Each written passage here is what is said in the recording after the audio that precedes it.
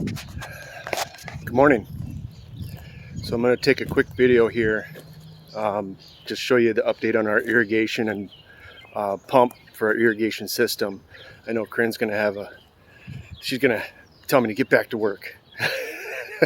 But I just want to express a little something and show you what we have accomplished here on this pump system. First, though, I want to take just 1 second and say it's not really even fair to all the fathers out there, but also to all the mothers out there. Having a father or a mother that can pass on to a child, whether it's a boy or a girl, doesn't matter, I think is one of the most crucial things to developing young, productive adults and skills that they can use throughout their life. If you don't have a mother or a father, or even a role model or a figure that can teach you hands-on how to do things for yourself, I think we're really limiting the next generation. And I was fortunate enough to have a dad who, he could have went out and bought things, I'm sure. I had a grandfather who could have went out and bought things, I'm sure. But my grandfather, on both sides of my family, especially on my mom's side, was very frugal. The guy never bought anything. He always fixed things. If toaster broke, he was downstairs in his basement trying to fix it. Vacuum broke, he was downstairs in his basement trying to fix it. And of course, they used to build things back then when you could actually buy parts cheaply and fix your machines, rather than this planned obsolescence throwaway culture that we have nowadays, which is completely ridiculous. And I'm so ashamed that we've progressed to that. But the person who had the most impact on my life for the things I've done over the past 10, 12 years has been my dad. My dad tried to fix everything. He did his own maintenance on his cars. He did his own wiring in his house. He learned how to, do his own plumbing. He bought a welder to weld up a trailer rather than pay somebody to weld it for him. And he passed a lot of the basic skills. Just being able to use a tape measure, for God's sakes, on to me. Taught me how to use saws, taught me how to use drills, taught me how to do this. I remember him working on something, and I'd just be reverse pounding nails out of boards, or learning how to pound nails in boards, just sitting there pounding nails in, for no reason, just so I got the practice and I could actually pound nails like a construction worker. So I just want to say thank you to my dad, who I always say, pardon my French, who taught me how to build shit. Because every single day in my everyday life, on the farmstead, at work, I use skills that I've built off the basic skill set that he drilled into me since I was a child. And, I'm sure for young women out there, skills that their mother taught them, just helping in the kitchen, helping learn how to cook meals, helping to take care of their siblings, so they learn those mother skills. And vice versa. There's girls that worked with their dads on cars and are building their own race cars now. I mean, look at Danica Patrick. I mean, she's a race car driver, which is a highly traditional male thing, cars and engines and racing. But she had those important figures in her life, a good father and a good mother who taught her how to do stuff. And if I ever had a child, if Corinne and I ever had a child, we would be passing on every little bit of, this is how you do things yourself. This is how you be self-reliant, rather than relying on everybody else and having to pay everybody else to do things for you. I have so much respect for people that can do things themselves. I don't care if it looks pretty. Sure, that helps. I don't care if it's, not done perfectly. Does it work?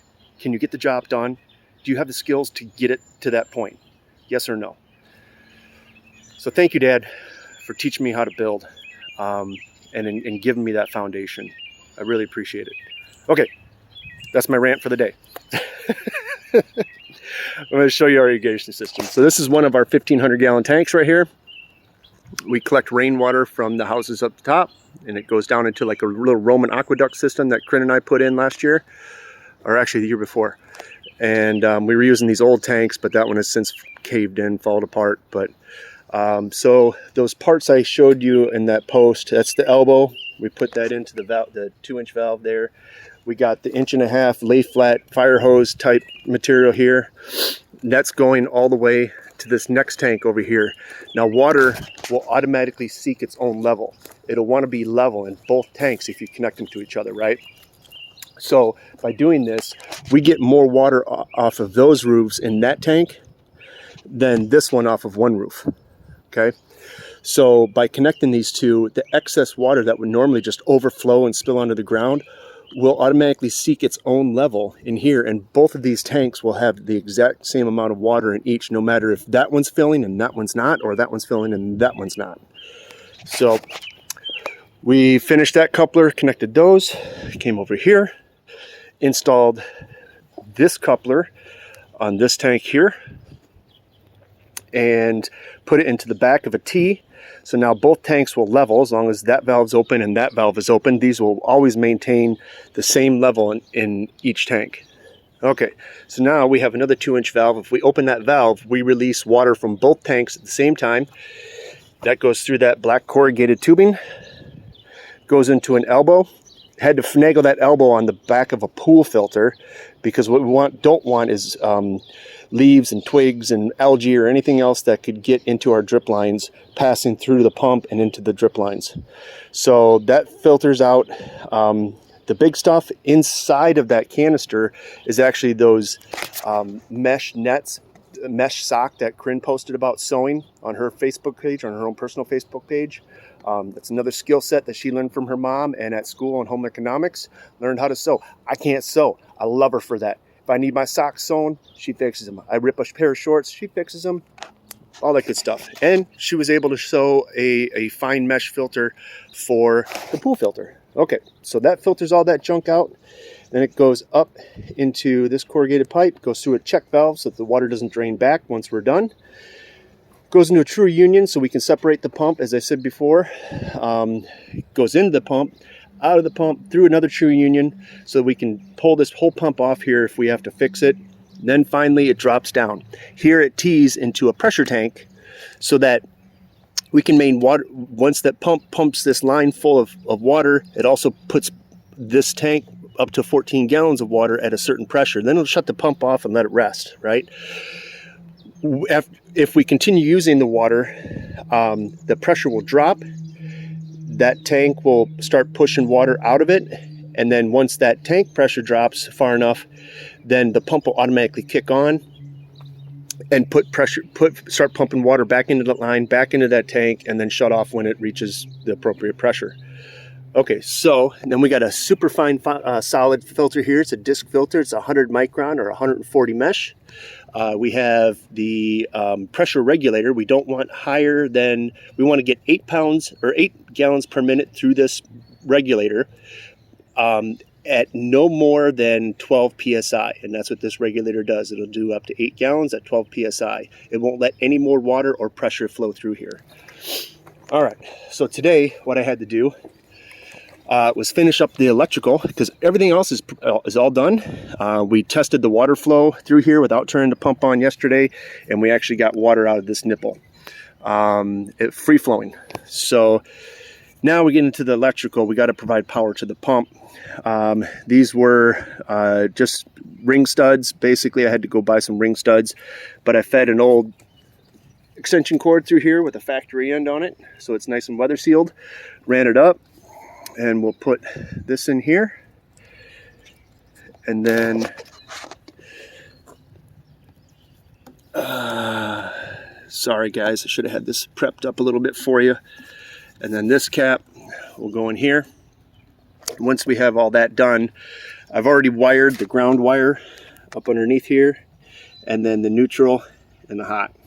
Okay, put ring connectors on each of them, had to size them for the proper wire, make sure they fit in this little slot, and then fasten them in there, make sure I don't have too much extra wire hanging out. Once all that's done, we'll put this cap on here, and that's how it will be.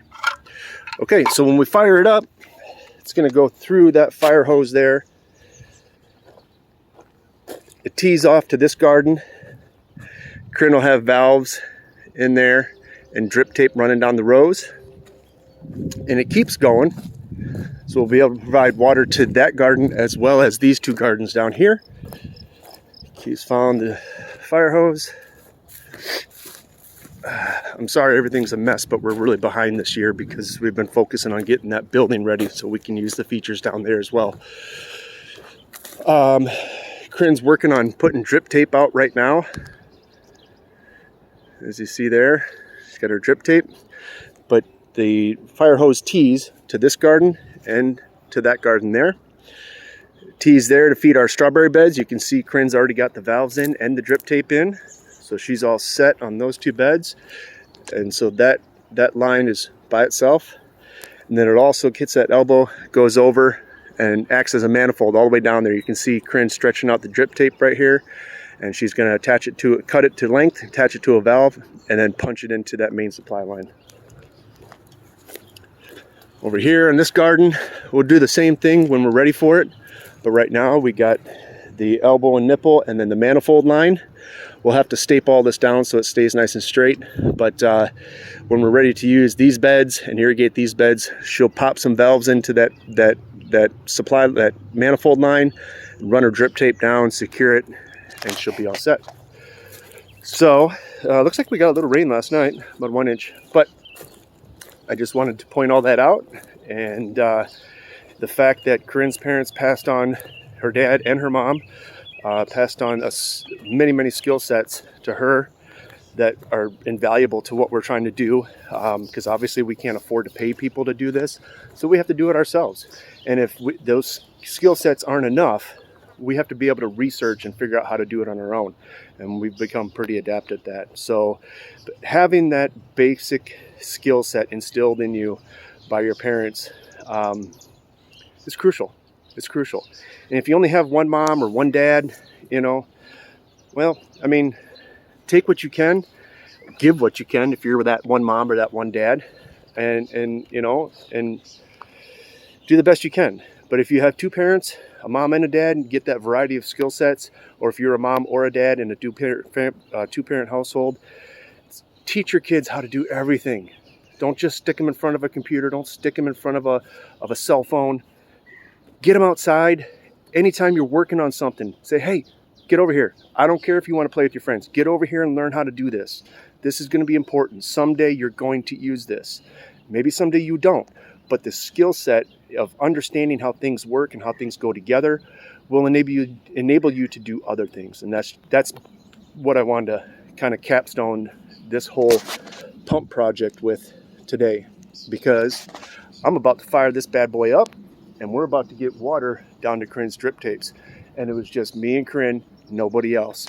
My dad helped talk me through a few things. I kind of gave him my basic idea of how I wanted to do all this stuff. And you know, he told me, oh, don't forget your check valve. Don't forget this. Actually put this behind your supply line. You know, don't put it in front of your supply line. Don't put it behind, blah, blah, blah.